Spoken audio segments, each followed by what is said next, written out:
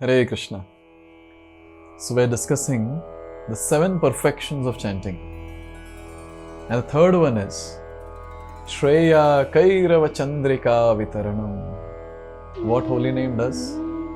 The holy name, it distributes the rays of benediction, moon. Very beautiful. Shreya means benediction. Kairava is the white lilies or white lotus. Shreya Kairava. Chandrika is the moon. And Vitaranam is distributing.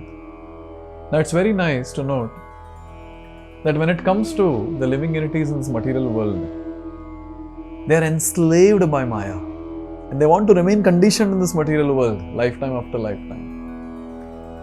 But after thorough beatings in this material world, the living entity gets frustrated and turns towards the Lord and starts investing time.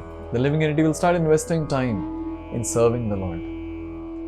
So now when we start chanting the Hare Krishna Mahamantra, start rendering devotional service, so we do it because we know philosophically, theoretically it's very nice.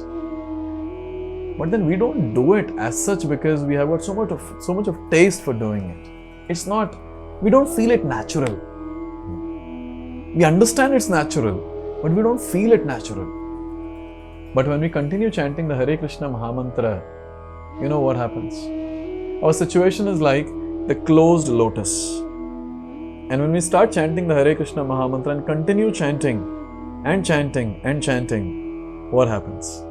Hare Krishna, Krishna Krishna, Hare Hare, Hare Ram, Ram Ram, Hare Hare. So this lotus that was fully closed, as soon as the moon rays, the soothing moon rays of Hare Krishna Mahamantra touches this white lotus, it blooms very nicely.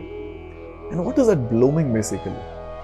This blooming is nothing but the highest benediction. What is that highest benediction? Spontaneous traction or spontaneous devotional service to the Lord. So as soon as we attain this bhava or spontaneous devotional service to the Lord, oh, that's perfection of life. That's perfection of life. Karma cannot give this, jnana cannot give this, yoga cannot give this benediction. But chanting of the holy names, bhakti, can actually give this.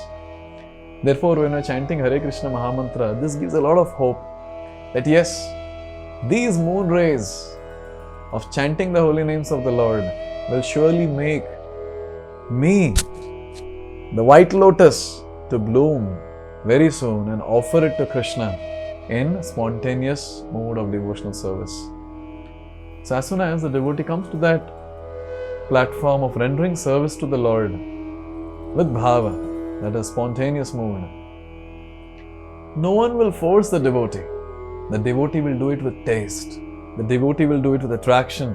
The devotee will do it with attachment. Therefore, with every chanting of the Hare Krishna Mahamantra, we are getting closer and closer and closer to this state of the complete blooming of the lotus flower. So, hankering for this state, let's continue chanting the Hare Krishna Mahamantra. Hare Krishna.